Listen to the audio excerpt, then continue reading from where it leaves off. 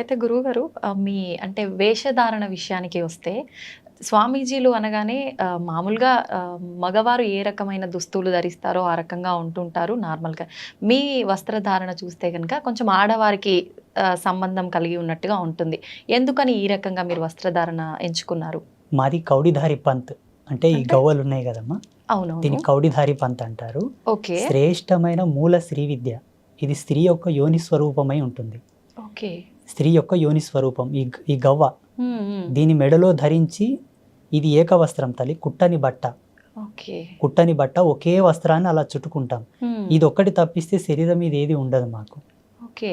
ఏకవస్త్రం ఇది. హ్మ్. ఇంకా మా వేషధారణ, మా ఈ ఉంగరాలు వల్ల అంటే శ్రీ విద్య సాధనలో మేము చేసేటటువంటి కొన్ని ప్రక్రియలకు అవి ఆబంధనాలు. హ్మ్. ఒక్కొక్క దానికి ఒక్కొక్క పరమార్థం ఉంది.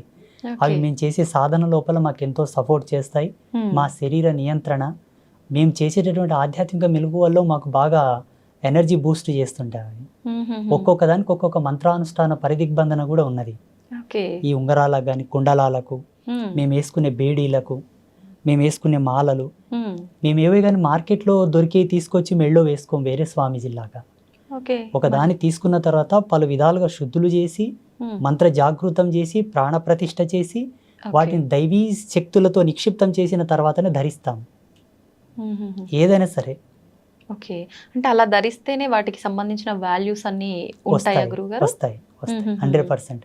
ఓకే. ఏదైనా ఒక కూరగాయను, ఆకుకూరను మార్కెట్ నుండి తెచ్చిన తర్వాత కడుగుతాం. హ్మ్. కడిగి దాన్ని ఎంత తరగాలో తరిగి దాంట్లో ఏవి వస్తువులు వేయాలో వేసిన తర్వాతనే కూర వండుకుంటాం. అవునవును. సమాజంలో ఇప్పటికీ ప్రజెంటేషన్లు ఇప్పుడు వర్తమానంలో కూడా ఆధ్యాత్మికమైనటువంటి మెలకువలు తెలిసిన వాళ్ళు ఎవరు లేరు. హ్మ్. చాలా తక్కువ. తక్కువ మంది.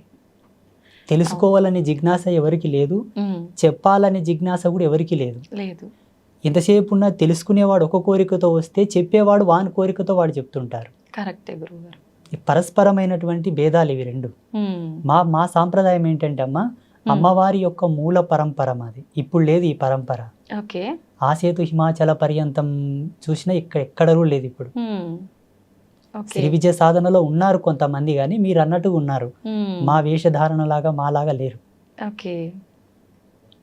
అలా లేరు అని మీరే చెప్తున్నారు కదా గురుగారు. మరి మీరెందుకు ఈ రకంగానే ఎంచుకున్నారు?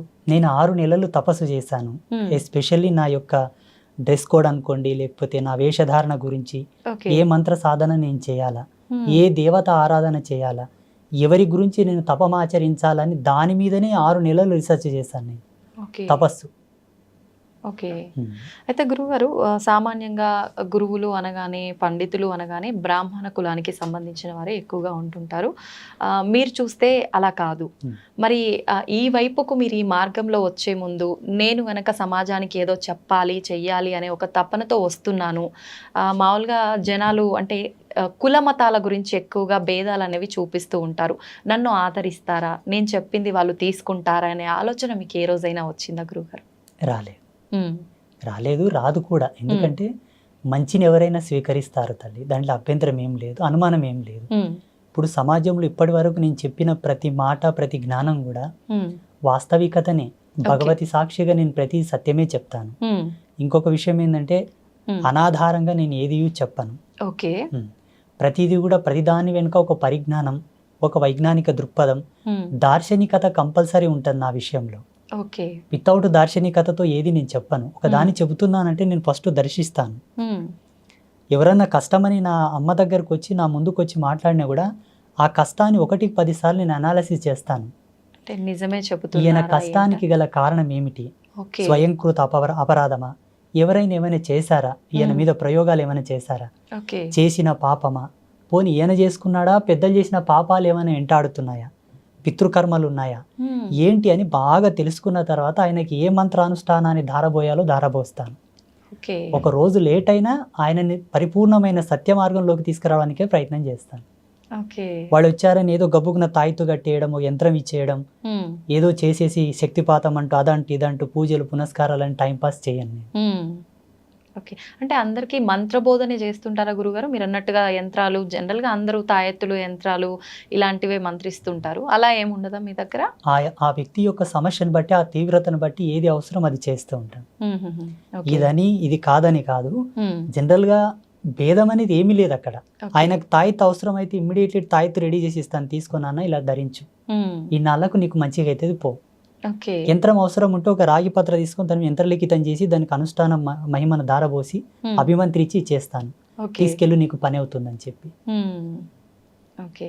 అయితే చాలా మంది చెప్తుంటారు గురువుగారు, ఈ యంత్రాలు ఇవన్నీ మూఢనమ్మకాలు అని. అవన్నీ నిజంగా మూఢనమ్మకాలే అంటారా, లేదు నిజంగా కరెక్టే అంటారా? వాటన్నిటి గురించి మీరేం చెప్తారు? నా అనుభవం ప్రకారంగా జగన్మాత నాకు ఇచ్చిన జ్ఞానంతో మన సనాతన ధర్మంలో ఈ భారతీయ వేద విజ్ఞానం లోపల ఏది కూడా మూఢనమ్మకం కాదు. ఓకే. ఒక నిమ్మకాయని కారు టైర్ కింద పెట్టి తొక్కియడం లోపల కూడా వైజ్ఞానికమైన దృక్పథమే ఉంది. దాన్ని మీరు తెలుసుకోలేదంతే. ఓకే. ఎంతసేపు ఉన్న నమ్మకాలను మూఢనమ్మకాలను వైపే మీ ప్రయాణం కొనసాగింది తప్పిస్తే దీని వెనకాల ఉన్న మూలం ఏమిటి, ఓకే, ఎందుకోసం ఇవి చేస్తున్నారని ఒక్క లోతు వెనక్కి వెళ్ళి ఆలోచిస్తే దాని అంతరార్థం చాలా అద్భుతంగా ఉంటుంది. ఏది మూఢనమ్మకం కాదు. కొంతమంది సోకాళ్ళు, కొంతమంది స్వామీజీలు, మేధావులు వారి స్వలాభం కొరకు ఆచార ధర్మాన్ని మార్చి చెప్పారే తప్పిస్తే వాస్తవం అనేది ఎన్నటికీ కూడా ఈ ధర్మం లోపల మూఢనమ్మకాలు లేవు. నేను పరిపూర్ణంగా నమ్ముతాను ఆత్మసాక్షిగా. ఓకే. అన్ని మన సనాతన ధర్మం ఇచ్చిన విలువలే, సనాతన ధర్మం ఇచ్చిన విలువలే. ఒక ఉదాహరణ చెప్పాలంటే, బిడ్డ పుట్టిన తర్వాత మా పల్లెటూళ్ళలో మహిళకు బాల్యంత యోగం చేస్తారు. ఆమెకు పెయ్యంత పసుపు పెట్టి వేడినీళ్ళతో స్నానం చేయించి కుంపటి అంటారు మోటుగా మా పల్లెటూరులో. కుంపటి ఆమెకు వేడి కాపుతారనమాట. కొన్ని హెర్బ్స్, ఔషధి గుళితమైనటువంటి కొన్ని మూలికలు అవి తినబెడతారు. అవి తినబెట్టడంలో కూడా ఆధ్యాత్మికతమైన విలువలు కొన్ని ఉన్నాయి. మా పెద్దలు చెప్పేవాళ్ళు, ఈ వేరుని ఇదే సమయంలో తీయాల బిడ్డ, అట్లయితేనే పనిచేస్తుంది అది. మేము తీసి ఆల్రెడీ స్టోర్ చేస్తాము, ఎవరైనా కాన్పు అయితే వాళ్ళకు ఉడకబెట్టి తినబెడతాం. చూడండి, తీసే సమయము, ఇచ్చే సమయము అన్ని కూడా ఇంపార్టెంట్. మళ్ళీ ఆ బాలెంతగా ఉన్న మహిళకు మాత్రం ఇస్తారు, మిగతా వాళ్ళకి ఇయ్యరు దాన్ని. అంటే దాంట్లో ఉన్న మూలకాలు, దాంట్లో ఉన్న ఫార్ములాస్ వాళ్ళకి తెలుసు, ఆ ఔషధి లక్షణం వాళ్ళకి తెలుసు. వాళ్ళేం కంప్యూటర్లో చూసి ల్యాబ్లో టెస్ట్ చేసి తీసిలేరు మళ్ళీ దాన్ని. అనుభవం, అంతే. అనుభవానికి మూలం ఆధ్యాత్మికత, ధర్మం, మాలాంటి గురువులు చెప్పిన జ్ఞానం, ఆయుర్వేదం మీద పట్టున్న కొంతమంది ఋషులు చెప్పిన జ్ఞానం లక్షల సంవత్సరాల పూర్వమే చెప్పారు. దాన్ని అనువంశికంగా అలాగే తీసుకుంటూ వచ్చారు ఇప్పటి వరకు. అయితే గురుగారు, మీరు ఇప్పుడు చెప్పినట్టుగా అనువంశికంగా తాత ముత్తాతల నుంచి ఉన్న ఆయుర్వేద మూలికలు ఇచ్చేవాళ్ళు చాలా మంది ఉన్నారు. వాళ్ళని నిజంగా నమ్మవచ్చా? వాళ్ళని అంటే సపోర్ట్గా తీసుకొని చాలా మంది మనకు రోడ్ల పైన కూడా మూలికలు ఇలాంటివి అమ్ముతూ ఉంటారు, వాళ్ళని నమ్మొచ్చు అంటారా? ఇక్కడ మెయిన్ ఏంటంటే అనువంశికతంగా ఉండే వాళ్ళని మనం చాలా వరకు నమ్మాలి తప్పదు. ఎందుకంటే వాళ్ళ దగ్గర కొన్ని గ్రంథాలు ఉంటాయి, బయటికి ఇయ్యరు వాళ్ళు. వాళ్ళ తాత ముత్తాతలు రాసినటువంటి గ్రంథాలు. ఈ వేరు దేనికి పనిచేస్తుంది, దీని గుణం ఏమిటి, దీని ధర్మం ఏమిటి, దీని యొక్క రూపం ఏమిటి, దీన్ని ఎలా ఇవ్వాలి, ఎంత మాత్రంలో ఇవ్వాలి, ఎన్ని సమపాలలో కలిపి ఏ మాత్రలు ఇవ్వాలి, ఏ పసరు ఇవ్వాలి, ఏ పౌడర్ ఇవ్వాలి అనేది వాళ్ళకి తెలిసి ఉంటుంది. వాళ్ళు గ్రంథస్థంగా రాసి పెట్టి ఉంటారు. కాబట్టి కొంతమంది ఉన్నారు ఇప్పటికి చాలా మంది, వాళ్ళని నమ్మొచ్చు. ఈ రోడ్ల మీద కూర్చున్న వాళ్ళలో కూడా అందరినీ నమ్మాలి, అందరిని నమ్మకూడదని కాదు, కానీ కొందరు వ్యాపార ధోరణిలు అమ్ముతుంటారు. అట్లా అమ్మిన వాళ్ళ దగ్గర తీసుకున్న వాళ్ళు వాడి చాలా వరకు ఇబ్బందులు, సైడ్ ఎఫెక్ట్స్ వచ్చి చాలా మంది బాధపడ్డారు. మన ఆశ్రమానికి చాలా మంది వచ్చి చెప్పారు నాకు. ఒక ఆయనతో నేను ఒక పసరు తీసుకున్నానండి, తాగిన తర్వాత నాకు ఈ దుద్దుర్లు వచ్చాయి, ర్యాసెస్ వచ్చాయి అని చెప్పేసి. నాకున్న జ్ఞానంతో దానికి విరుగుడుగా ఏదో నాకు తెలిసిన పసరు, ఏదో పౌడర్, మందు అవి ఇచ్చి మళ్ళీ బాగు చేశాను నేను.